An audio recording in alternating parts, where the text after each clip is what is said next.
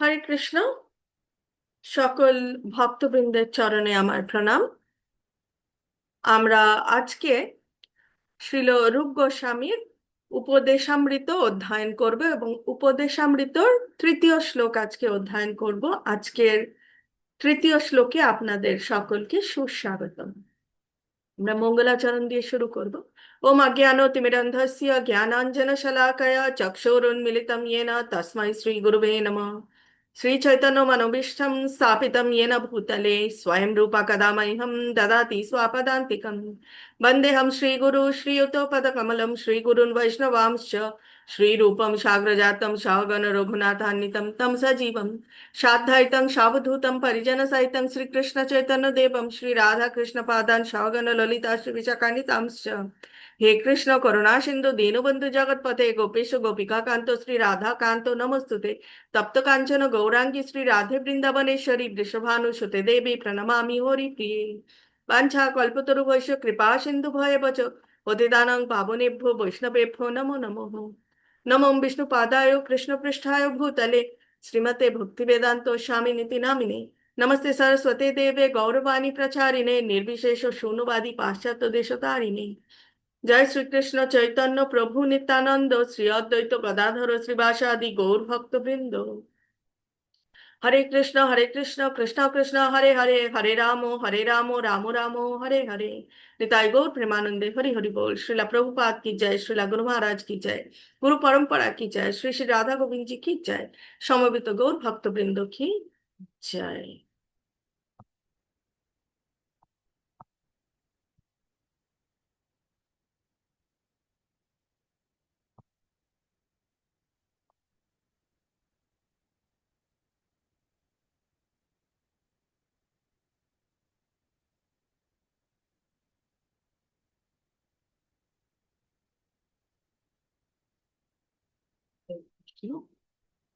আজকে আমরা ঈশ উপনিষদের তৃতীয় শ্লোক। তৃতীয় শ্লোকে বলা হয়েছে, উৎসাহান নিশ্চয়াৎ ধৈর্যাৎ তত্তৎ কর্মা প্রবর্তনাৎ সঙ্গাত্যাগৎ সতো বৃত্তে ষড্ভির্ভক্তি প্রসিদ্ধ্যতি। এখানে ছটি নিয়মের কথা বলা হচ্ছে। অনুবাদে শ্রীলা প্রভুপাদ কি বলছেন আমরা জেনে নেব। শ্রীলা প্রভুপাদ কি জয়। অনুবাদে বলা হয়েছে যে ভক্তি যোগে ভগবানের শ্রীপাদ পদ্মে সেবা কার্য সম্পাদন করার অনুকূল ছটি প্রধান নিয়ম বা বিধি রয়েছে। সেই ছটি নিয়ম বা বিধিগুলো কি কি? সেবা কার্যে উৎসাহ, দৃঢ় বিশ্বাস বা সংকল্প নেওয়া, ধৈর্য ধারণ, নববিধা ভক্তির বিধি অনুসারে সেবা কার্য সম্পাদন করা, আসক্তি এবং অসৎ সঙ্গ ত্যাগ করতে হবে, পূর্বতন আচার্য বর্গের পদাঙ্ক অনুসরণ করা। এই ছটি বিধি অনুসারে পারমার্থিক জীবনযাপন করলে ভক্তিযোগে অবশ্যই সিদ্ধি লাভ করা যায়। তাৎপর্যে বলা হয়েছে, শুদ্ধা ভগবত ভক্তি তর্কপন্থা বা ভাব প্রবণতা দ্বারা লাভ করা যায় না। একমাত্র ভগবত সেবা বা ভজন দ্বারাই শ্রী ভগবানের চরণ আমরা লাভ করতে পারি। শ্রীল রূপ গোস্বামী তার ভক্তির রসামৃত সিন্ধু বলে আরো একটি গ্রন্থ আছে, যেটা আমরা এর পরে অনুশীলন করব। সেই ভক্তি রসামৃত সিন্ধুর 1.1.11-তে তিনি শুদ্ধ ভক্তের একটি শুদ্ধ ভক্তের ভক্তির একটি ব্যাখ্যা দিয়েছেন। সেই ব্যাখ্যাতে তিনি শ্লোকে লিখেছেন, অন্নাভিলাষিতা শূন্যম জ্ঞানা কর্মাদ্যানাবৃতম অনুকূল্যেন কৃষ্ণানুশীলনম ভক্তির উত্তমা। এখানে শ্রীল রূপ গোস্বামী বলছেন, জ্ঞান কর্ম আদি অন্য অভিলাষ সকল শূন্য হয়ে অনুকূলে কৃষ্ণ অনুশীলনই হচ্ছে উত্তম কৃষ্ণ ভক্তি। তাহলে আমরা ভগবান কৃষ্ণের সেবায় নিজেদেরকে নিযুক্ত করব এবং অন্য কোনো অভিলাষ রাখবো না। সেটাই হচ্ছে উত্তম কৃষ্ণ ভক্তি। ভক্তি অনুশীলন সাপেক্ষ। কৃষ্ণ অনুশীলন মানে কৃষ্ণ কর্ম বা কৃষ্ণ সেবা। ভণ্ড যোগীদের অলস ধ্যান ধারণা দ্বারা ভগবত অনুশীলন কখনোই হয় না। ধ্যান অভ্যাস করে ভগবত ভক্তি লাভ করা যায় না। ভগবত ভক্তি আমরা কিভাবে লাভ করতে পারি? ভগবত সেবা করতে হবে। ভগবত সেবা বলতে গ্রন্থ ভগবত এবং যে মানব ভগবত, ঠিক আছে, পার্সোনাল ফিচার যার রয়েছে ভগবতের মতন, যে ভগবত ভক্ত তাকেও কিন্তু, যে ভগবতের মহান ভক্ত তাকে ভক্ত ভগবত বলা হয়। তো সেই ভক্ত ভগবত এবং গ্রন্থ ভগবত অনুশীলন করে এদের সেবা করেই কিন্তু ভক্তির পথে এগোনো যায়। শ্রী প্রহ্লাদ মহারাজ উপদেশ দিয়েছেন শ্রীমদ্ ভাগবতে, সেখানে বলেছেন, শ্রবণম কীর্তনম বিষ্ণু স্মরণম পাদ সেবনম অর্চনম বন্দনম দাস্যম মাত নিবেদনম। তো ভগবত ভজনে নটি বিধি রয়েছে। সেই নটি বিধি হচ্ছে শ্রী ভগবানের নাম ও মহিমা শ্রবণ করা, ভগবত মহিমা কীর্তন করা, ভগবত স্মরণ করা, ভগবত পাদ সেবন করা, শ্রীবিগ্রহের অর্চন করা, ভগবত বন্দনা করা, ভগবত পদে দাস্য সেবা, ভগবত সখ্যতা, ভগবত পদে আত্মনিবেদন করা। শ্রবণম বা শ্রবণ হচ্ছে পারমার্থিক জ্ঞান লাভের প্রথম পদক্ষেপ। অনধিকারী ব্যক্তির নিকট ভগবত কথা শ্রবণ করা কখনোই উচিত নয়, কারণ যে পরম্পরায় নয় বা পরম্পরায় নেই, সে কিছুতেই কিন্তু পারম্পরিক ভগবত জ্ঞান দিতে পারবে না। ঠিক আছে, যার জন্য যে পরম্পরায় রয়েছে সেই পরম্পরার ভক্তর কাছ থেকে কিন্তু ভগবানের কথা শুনতে হবে। ভগবত গীতা অনুসারে সদ্গুরুই দিব্য জ্ঞান দানে একমাত্র অধিকারী। ভগবদ গীতায় ভগবান বলেছেন, তদ্বৃদ্ধি প্রণিপাতেন পরিপ্রশ্নেন সেবয়া উপদেক্ষ্যন্তি তে জ্ঞানম জ্ঞানিনস্তত্ত্বদর্শনা। বলেছেন যে তত্ত্বজ্ঞান লাভের জন্য সদ্গুরুর চরণে আমাদের আশ্রয় নিতে হবে এবং সদ্গুরুই আমাদের সঠিক পথ দেখাবে। এবং যেহেতু তিনি তিনি আত্মতত্ত্ববিদ, তাই সেই আত্মতত্ত্ববিদ যে নিজে সেই আত্মতত্ত্ব উপলব্ধি করতে পেরেছেন, যিনি নিজে ভগবত ভক্ত, তিনি কিন্তু শিষ্যকে দিব্য জ্ঞান দান করতে পারেন। আবার মুন্ডক উপনিষদেও এই একই কথা রয়েছে। সেখানে তদ্বিজ্ঞার্থং স গুরুন এবা বিগচ্ছত, যেখানে বলা হয়েছে যে দিব্য জ্ঞান লাভের জন্য বৈধ ও সদ্গুরুর চরণে আশ্রয় গ্রহণ করতে হবে। তাই আমরা দেখেছি দীনভাবে গুরুর সেবা করেই দিব্য জ্ঞান লাভ করা যায়। জ্ঞান চর্চা বা তর্কপন্থায় কিন্তু কখনোই ভগবানকে চিনতে জানতে বুঝতে পারা যায় না। এই প্রসঙ্গে মহাপ্র শ্রীমৎ বা শ্রীল রূপ গোস্বামী তিনি বলেছেন, মহাপ্রভু নিজেই বলেছেন, মহাপ্রভু বলেছেন, ব্রহ্মাণ্ড ভূমিতে কোনো ভাগ্যবান জীব গুরু কৃষ্ণ প্রসাদে পায় ভক্তিলতা বীজ। জীব মাত্রই স্বরূপত আনন্দময়, জড় সুখের মায়াজালে তারা আবদ্ধ থাকে। মায়া মুক্তির পথ তারা জানে না, কারণ তারা মায়ার জালে থাকে এবং মায়ার জালে থেকে ভাবে যে জড় জগতই হচ্ছে সব থেকে বেশি আনন্দ করার জায়গা, কিন্তু সেটা একদমই নয়। তাই তারা দেহ থেকে দেহান্তরে, লোক থেকে লোকান্তরে তথা ব্রহ্মাণ্ডে সর্বত্র ঘুরে বেড়ায়, কারণ তারা জন্ম মৃত্যু জরা ব্যাধি এই চক্রের থেকে বেরোতে পারে না। সৌভাগ্যক্রমে সে এক শুদ্ধ ভগবত ভক্তের সঙ্গ লাভ করে। শুদ্ধ ভক্তের কাছে হরিকথা শ্রবণ করে সে ভগবত ভজনের পথে অগ্রসর হয়। একমাত্র সজ্জন ব্যক্তি এই রকম সুযোগ লাভ করে। আধুনা আন্তর্জাতিক কৃষ্ণ ভাবনামৃত সংঘ সেই সুযোগ মানব জাতির কাছে মুক্তভাবে বিতরণ করেছে। আজকে যদি আমরা দেখতে পাই যে সত্যি ইসকন সারা পৃথিবী জুড়ে কিন্তু প্রচার করছেন, এবং ইসকনের প্রচারের মাধ্যমে কিন্তু আমরা পৃথিবীর চারিদিকে বৈষ্ণব খুঁজে পেতে পারি। ভাগ্যক্রমে কেউ যদি এই সুযোগ গ্রহণ করে, তাহলে ভগবত ভজনে রত হয়, তাহলে তার মুক্তির পথ তৎক্ষণাৎ উন্মুক্ত হয়। ভগবত দর্শন করতে হলে, বৈকুণ্ঠ লাভ করতে হলে এই সুযোগ গ্রহণ করতে হবে। কোন সুযোগ? ভগবত সঙ্গের সুযোগ গ্রহণ করতে হবে, এবং উৎসাহের সঙ্গে এই ভগবত ভজন করতে হবে। যেখানে উৎসাহ নেই, সেখানে কিন্তু সাফল্য নেই। সংসারে যে কোনো কর্মক্ষেত্রে সাফল্যের জন্য প্রয়োজন হচ্ছে বিপুল উৎসাহ। উৎসাহ ছাড়া কিন্তু কেউ উন্নতি করতে পারে না। উৎসাহ মানেই কর্ম। কার জন্য কর্ম? উত্তরে হচ্ছে যে ভগবানের জন্য কর্ম করতে হবে। অর্থাৎ প্রত্যেকেরই কর্ম করা উচিত ভগবান শ্রীকৃষ্ণের জন্য। ভক্তিযোগে সাফল্য লাভের জন্য জীবনের প্রতি ক্ষেত্রে সদ্গুরুর নির্দেশ অনুযায়ী ভগবত ভক্তগণের ভগবত সেবা করতে হয়। এর জন্য নিজ কর্মে শিথিলতা নিষ্প্রয়োজন।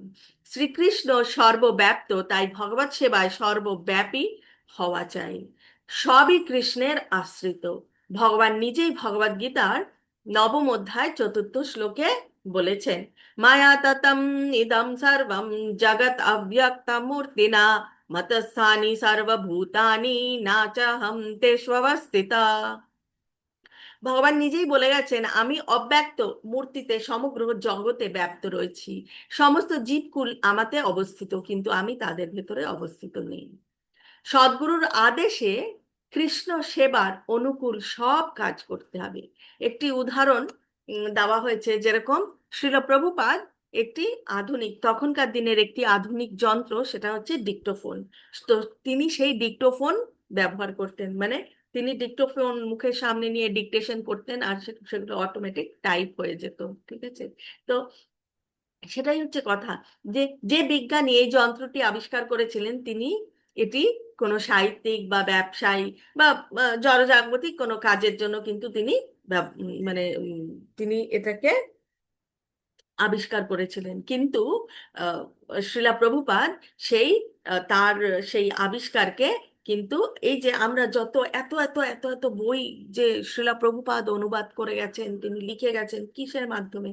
তিনি তখনকার তখনকার প্রজন্মের যেটা অ্যাডভান্স টেকনোলজি ছিল, সেই অ্যাডভান্স টেকনোলজি তিনি ব্যবহার করেছিলেন।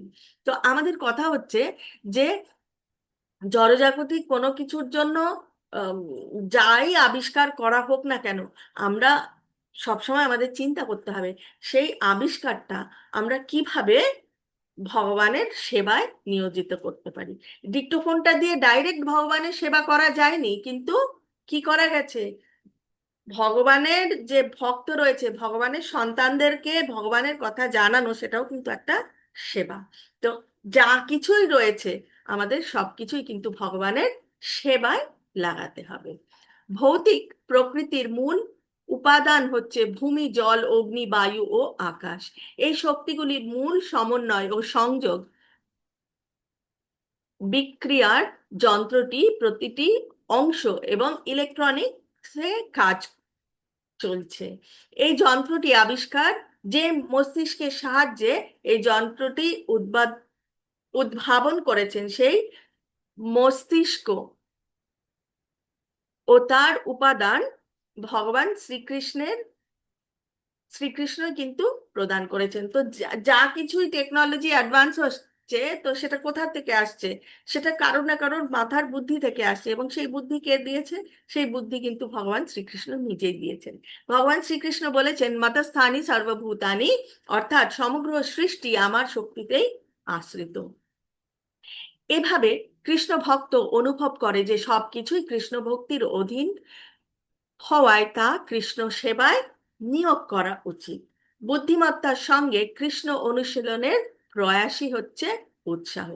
সবকিছু সুষ্ঠুভাবে ভগবত সেবায় নিয়োগের উপায় কেবল ভক্তরাই উদ্ভাবন করতে পারে। নিষ্ক্রিয় অলস ধ্যান যোগের দ্বারা ভগবত ভজন হয় না। ভগবত সেবা মানে গতিশীল কৃষ্ণকর্ম, আর সেই হলো পারমার্থিক জীবনের ভিত্তি তথা পুরো ভূমি। ধৈর্যের সঙ্গে কৃষ্ণ অনুশীলন করতে হবে, ধৈর্যহীনে কৃষ্ণ প্রাপ্তি কিন্তু হয় না। এই কৃষ্ণ ভাবনা আন্দোলন প্রথমে এককভাবে শুরু হয়। প্রথমে কেউই শিলা প্রভুপাদ নিজে বলছেন যে প্রথমে কেউই আমার ডাকে সাড়া দেয়নি, তথাপি আমি ধৈর্যের সঙ্গে ভগবত বাণীর প্রচার চালিয়ে যাই। ধীরে ধীরে লোকেরা এই আন্দোলনের গুরুত্ব অনুভব করলো, আর তারা সাগ্রহে কৃষ্ণ কথা প্রচারে অংশগ্রহণ করেছে। তাই ধৈর্যের সঙ্গে গুরুর উপদেশানুযায়ী ভগবত সেবা করতে হবে। তাই সাফল্যজনকভাবে কৃষ্ণ অনুশীলনের জন্য প্রয়োজন দৃঢ়তা এবং ধৈর্যশীলতা। এটা খুব স্বাভাবিক যে বিবাহ হওয়া মাত্র প্রত্যেক স্ত্রীলোক কি অতি শীঘ্রই সন্তান আশা করে, কিন্তু তা সম্ভব নয়। স্বামীর কাছে অবশ্যই আত্মসমর্পণ করতে হবে, তাহলে সে নিশ্চিত গর্ভবতী হয়ে একদিন না একদিন সন্তান লাভ করবে।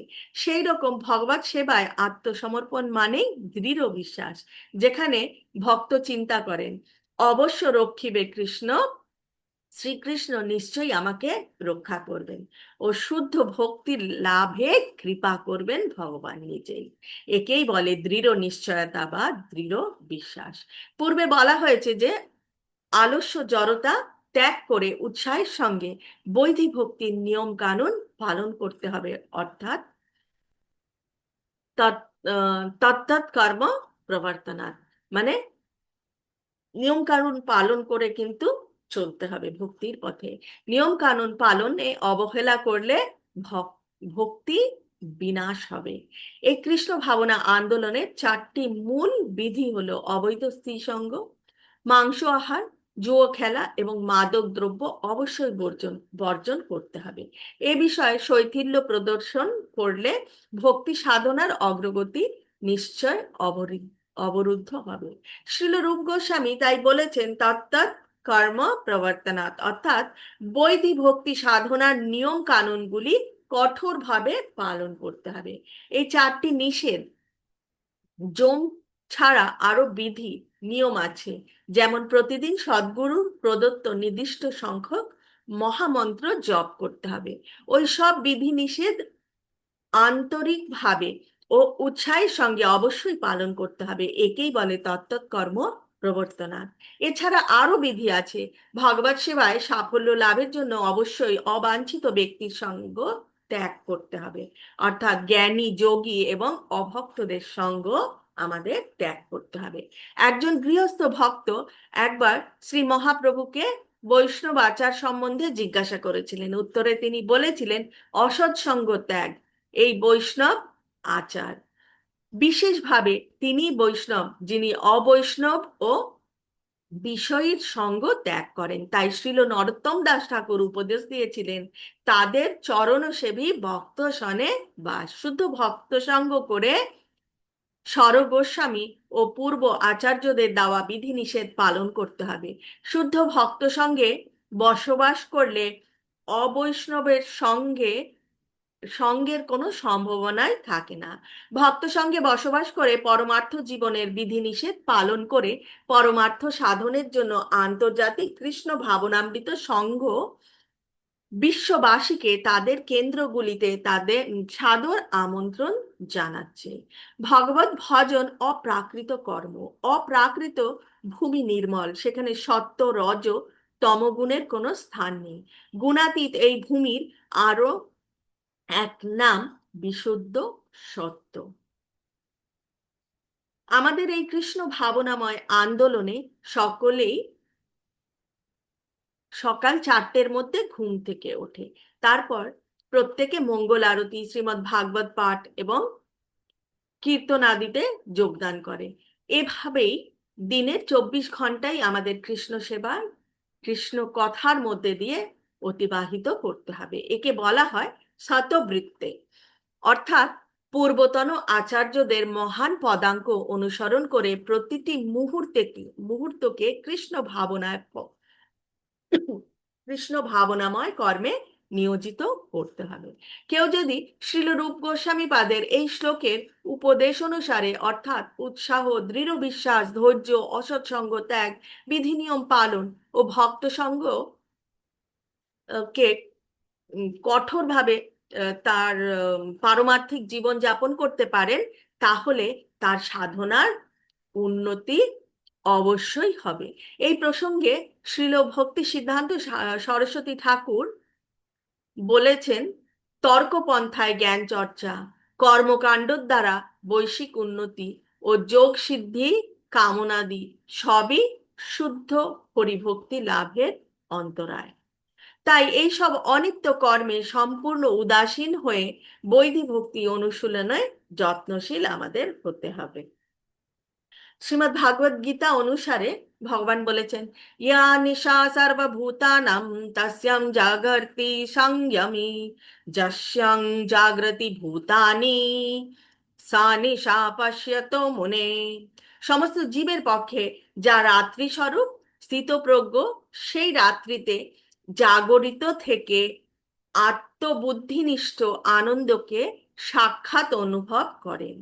আর যখন সমস্ত জীবেরা জেগে থাকে স্থিতপ্রজ্ঞ ব্যক্তির কাছে, তখন সেই সময়টা হচ্ছে রাত্রিরূপ। ঠিকই বলেছে। যারা অলস বা যারা জাগতিক, তারা কি করে, অনেক রাত অবধি তারা জেগে থাকে। তারা বিভিন্ন রকমের পার্টি করে, সোশ্যাল মিডিয়া দেখে, টিভি দেখে, এবং অনেক দেরি করে ঘুমায় এবং অনেক দেরি করে ওঠে। তো তাদের যখন রাত চলছে 4টের সময়, তখন কিন্তু ভগবত ভক্তরা উঠে মঙ্গল আরতির প্রস্তুতি নেয়। কিন্তু যে ভগবত সেবা ছাড়া অন্য পথকে অনুসরণ করার প্রয়াস করে, তার চিত্ত চাঞ্চল্য ব্যতীত অন্য কিছু লাভ হয় না। ভগবত সেবাই জীবের জীবন ও প্রাণ। ভগবত ভজনই জীবের লক্ষ্য। আর ভগবত ভজনের মধ্যেই নিহিত আছে চূড়ান্ত সাফল্য।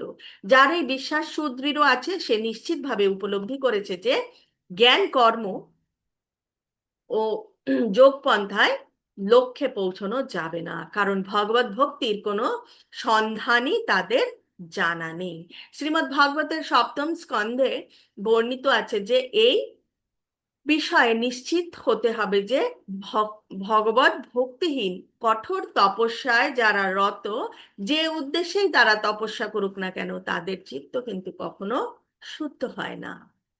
কারণ চিত্ত শুদ্ধির জন্য আমরা আগেই দেখেছি শুরু থেকে কি করতে হবে, শ্রবণম কীর্তনম বিষ্ণু সেবনম, ঠিক আছে, তারপরে পাদ সেবনম, একে একে একে একে আমাদের চিত্ত শুদ্ধ হয়।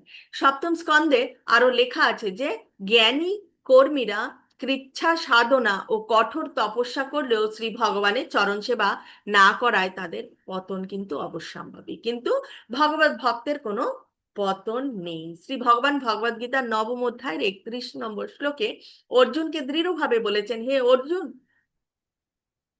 উচ্চস্বরে ঘোষণা করো যে আমার ভক্ত কখনো বিনাশ হয় না। কন্তেহ প্রতিজানিহি নামে ভক্তা প্রাণাস্যাপি। আবার ভগবদ গীতায় ভগবান শ্রীকৃষ্ণ আবার বলেছেন, নেহা বিকর্মণাস্তি প্রত্যাবায়ো ন বিদ্যতে স্বল্পমস্য ধর্মস্য ত্রয়তে ময়তো মহতো ভয়াৎ। ভগবত ভজনে ক্ষয় বা ব্যয় নেই। সামান্য মাত্র ভগবত ভজনেও কিন্তু মহাভয় থেকে রক্ষা পাওয়া যায়।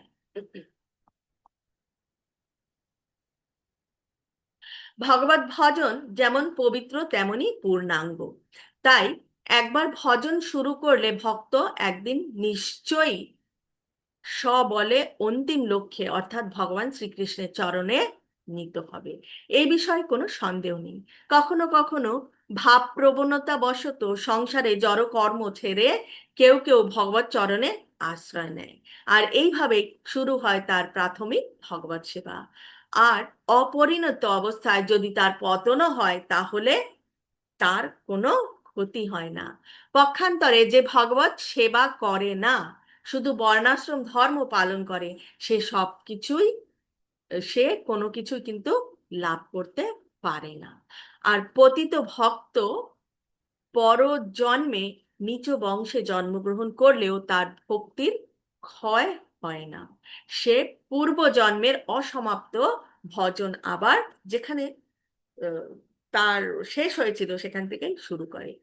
ভক্তি অহৈতুকী অপ্রতিহতা, অর্থাৎ জড় কার্যের দ্বারা ভক্তির উদয় বা নাশ হয় না। জড় কারণ ভগবত ভজনে বাধাও দিতে পারে না। তাই কর্ম, জ্ঞান ও যোগে অনাসক্ত হয়ে ভক্তকে কেবল ভগবত ভজনে দৃঢ় বিশ্বাসী হতে হবে। নিঃসন্দেহে কর্মী, জ্ঞানী ও যোগীর অনেক উত্তম গুণাবলী আছে, কিন্তু কোনো প্রকার প্রয়াস ছাড়াই ভক্ত হৃদয়ে এইসব গুণাবলী খুব সহজেই পেতে পারে। শ্রীমদ্ ভাগবতের পঞ্চম স্কন্ধে 28 অধ্যায়ে দ্বাদশ শ্লোকে উল্লেখ আছে, দেবতাদের সমস্ত গুণাবলী ভজনে উন্নতির সঙ্গে সঙ্গে ভক্তের হৃদয়ে প্রকাশিত হয়, কারণ ভক্তের জড় কর্মে আসক্তি নেই, তাই সে নির্মল। ভজনের সঙ্গে সঙ্গেই তার দিব্য জীবন শুরু হয়। কিন্তু জ্ঞানী, যোগী, কর্মী, লোকহিতৈষী, জাতীয়তাবাদী ইত্যাদি যারা জড় কর্মে রত, তারা কখনো মহাত্মার উচ্চাসন পেতে পারে না। তারা সবাই দুরাত্মা। শ্রীমদ্ ভাগবত গীতার নবম অধ্যায়ের ত্রয়োদশ শ্লোকে ভগবান বলেছেন, মহাত্মনস্তু মাম পার্থা দৈবীম প্রকৃতিমাশ্রিতঃ ভজন ভজন্ত নান্য মনসো জ্ঞাত্বা ভূতাদিমব্যয়ম। হে পার্থ, যেসব মোহমুক্ত মহাত্মাগণ আমাকে পরম আদি এবং অব্যয় জ্ঞান করে এবং জ্ঞান করে আমার সেবায় সতত নিয়োজিত আছেন, তারা আমার দৈবী প্রকৃতির আশ্রয়ে সুরক্ষিত। সর্বশক্তিমান ভগবান তার সব ভক্তকেই রক্ষা করেন। তাই ভগবত ভজন ত্যাগ করে কর্ম বা জ্ঞান যোগের পথ গ্রহণ না করে এই শ্লোক অনুযায়ী উৎসাহ, ধৈর্য, বিশ্বাস নিয়ে বৈধি ভক্তি অনুশীলন করলে সকল বাধা দূর হয়ে অচিরেই ভজনে উন্নীত হবে। হরে কৃষ্ণ। আমাদের এর আজকের তৃতীয় শ্লোকের তাৎপর্য অনেকটাই বড় ছিল, যার জন্য আমি অনেক তাড়াহুড়ো করে কমপ্লিট করার চেষ্টা করেছি। তো আমাদের ক্লাস আজকে এই অবধি। বাঞ্ছা কল্পতরু ভৈষ্য কৃপা সিন্ধু ভয়ে বচ পতিতানাং পাবনেভ্যো বৈষ্ণবেভ্যো নমো নমো। অনন্ত কোটি বৈষ্ণব ভক্তবৃন্দ কি জয়, শ্রীলা প্রভুপাদ কি জয়, শ্রী গুরু মহারাজ কি জয়, গুরু পরম্পরা কি জয়, শ্রী শ্রী রাধা গোবিন্দ जी की जय। निताई गौर प्रेमानंदे हरि हरि बोल।